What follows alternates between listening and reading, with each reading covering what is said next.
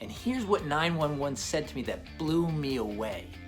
They said, "We're sorry, nobody's coming."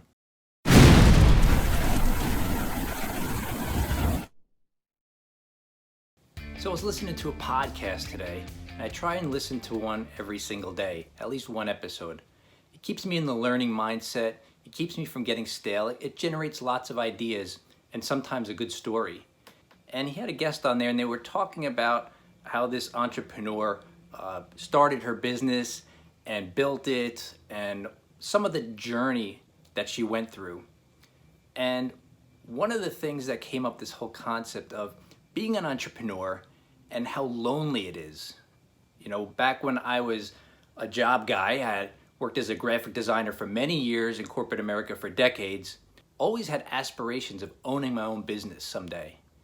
The one thing that I didn't count on was how lonely it would be in building it. You know, there's really no help, because when you start your own business, it's just you.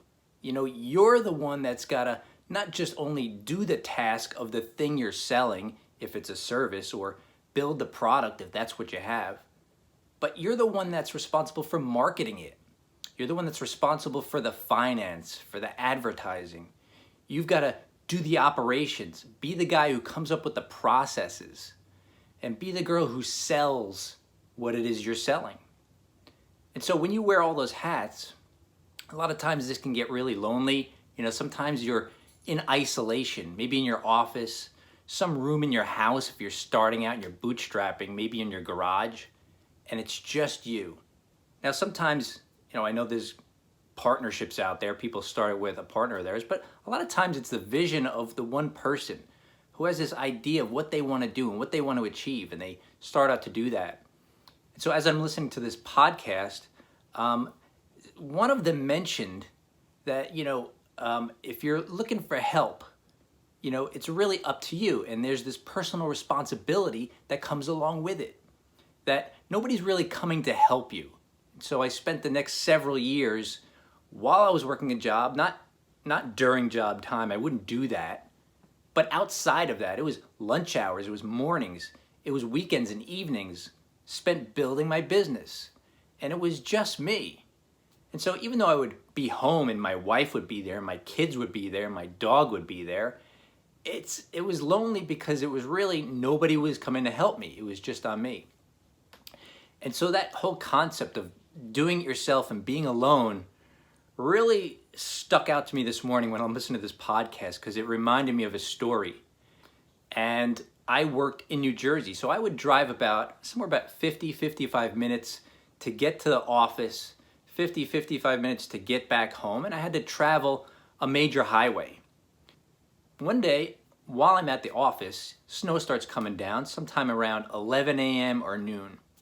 And it was probably about 4:30 in the afternoon, and it was starting to get dark, and I looked outside, I'm like, it's kind of bad. I think I'm gonna go before it gets really dark and much colder, because then, of course, in the dark, I don't have to tell you, it's gonna get more dangerous, right? Because you can't really see.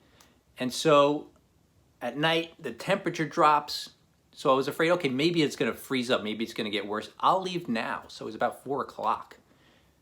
Well, I started out and I got on the highway, and the snow was coming down pretty good, and I had a tiny little car, this little Honda, and my car, suddenly the lights just shut off, and the blower from the heat was even less than before, and the radio shut down, and I thought, I think I've got an electrical problem. Now it's gonna go, all these years I've had this car, never a problem. Now I've got an issue, probably at the worst time there could be.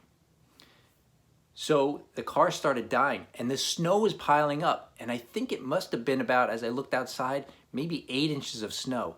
Not a snow plow in sight.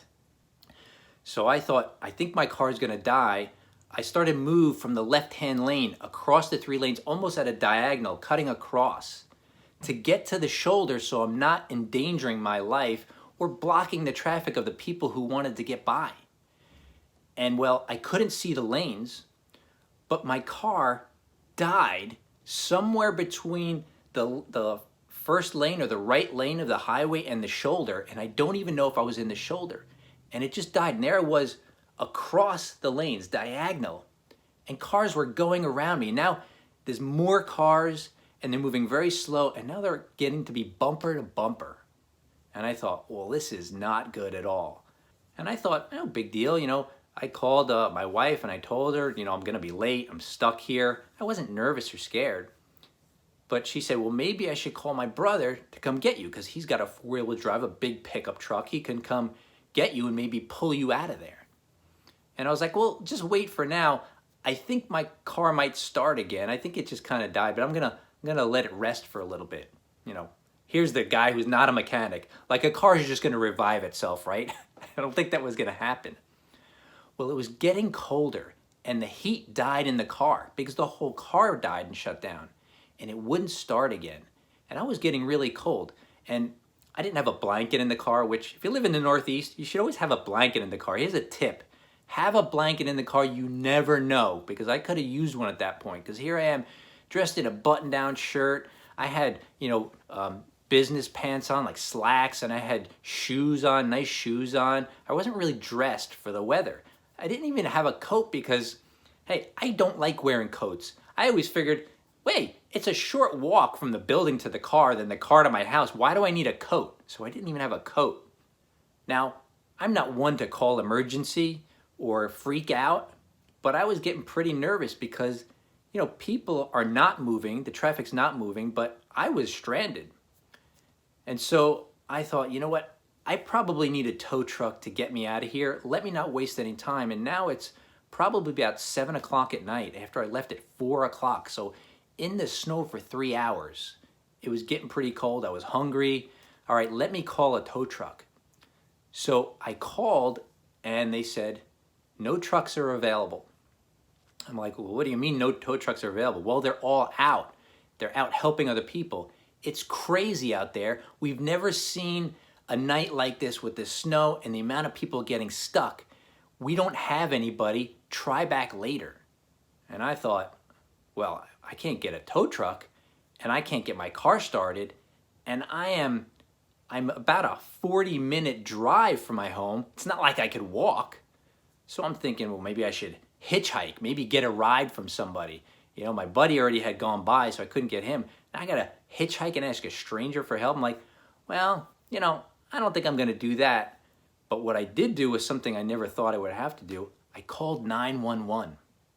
And they pick up and they said, what's your emergency? I said, my car died. I'm stuck on the side of the highway in the snow, and the heat shut off about 2 hours ago, and I'm freezing, and I can't get out of here. Here's what they said. Well, this is one of the worst storms we have ever seen. Nobody was prepared for it. In fact, we haven't even seen any sanders or plows out. They hadn't gotten them out in time, which made sense. That's why I never saw them. They never even came out. That's why the roads were so bad. And here's what 911 said to me that blew me away. They said, we're sorry, nobody's coming. We can't even get a vehicle onto the highway. We can't get an emergency vehicle onto the highway because the exits and the entrance ramps are blocked up and the snow is so bad and there's nowhere for them to go. Nobody's coming. And I hung up the phone and I thought, wow, I just called 911 and they can't help me. But the words rung in my ears, which she said, nobody's coming. And I thought, I guess I'm on my own. And so this is what I thought about when I was listening to the podcast this morning. When you're building a business, like, nobody's really coming to help you. It's kind of something you build on your own, right? And I thought, same thing. Nobody's coming. When I was building my company, nobody was coming to help. And I built my business for 3.5 years before I left that job. They let me go, but I had already built my business by myself, on my own, just learning at a distance, watching videos, reading books, talking to people, gaining some insight from people who have already built a business, but basically doing it on my own, very lonely. Sometimes it seemed almost not worth it, but the dream was in me to build the company to get to the point where it could sustain me and my family. So it's something that you do on your own. I don't know if you've ever felt this way or if you're just setting out onto your business journey. The fact is, nobody's coming. You've got to do it on your own, at least till you get to a point where maybe you've got enough revenue to hire somebody, or maybe fortunately, maybe you can get a member of a family or close friend to donate some of their time to help you. But the fact is, it is a lonely endeavor. You're doing it on your own, but you persevere, because what you get on the other end and what I have today in terms of flexibility and the ability to make the amount of money that I want to make, it was totally worth it. And the fact is, as I sat in that car, freezing my butt off, hungry, thirsty, because I didn't even have my water bottle with me, as I sat there, nobody was coming. So you know what? I had to do something. So I thought, okay, I've only got one option here that I can see. I'm going to get out of this car and stand in this snowstorm, no jacket, with my backpack, my shoes, my pants, and just a button-down shirt, freezing. And I stuck my thumb out and I started to hitch a ride. And I watched cars drive by me.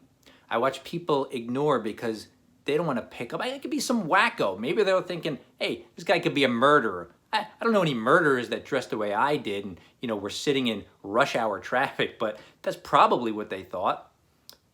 And as I sat there freezing, snow pouring down on me, wondering, how am I going to get home? Will somebody pick me up? Will somebody save me? And, as a person building a business, the thought of somebody having to save me didn't sit well with me. But I was doing something. I was attempting to make a connection with somebody as I watched, and I would look in their eyes as they drove by, hoping that they would feel bad enough or feel for me enough to say, hey, let me help this poor guy. And then right out of the side of my eye, I saw bright lights shining on me, and I looked over, and actually it was a really nice guy in a very large pickup truck who he told me, he said, hop in, it's nice and warm. I'm going to pull your car to the side so we can get it out of here. And, hey, where you going? I told him where I was going. He goes, hey, I live 10 minutes from there. This guy was like my guardian angel. It came out of nowhere. And here's the part that really rocked me. But we got in the truck. He goes, I pulled 5 people out of the ditch today. He said, after number 5, I thought, I'm not stopping for anybody else. I've got a family. I got a wife and kids I got to get home to. I'm not stopping for anybody else. But when I saw you there, he said, I felt like something pulled at me, and I need to stop for this one last guy. And thankfully he did, and he brought me all the way home. Now, in this case, somebody came, but it was only after I got out of the car. I got uncomfortable. I stood there in the freezing snow, trying to hitchhike a ride, trying to get a ride from somebody, doing something, anything to help me move forward, to get to my destination, to get to my goal. So the fact is, that was a small effort, and a good Samaritan came by, so all's well that ends well. But the whole thought process there is, when you're building your business, nobody's coming, it is on you.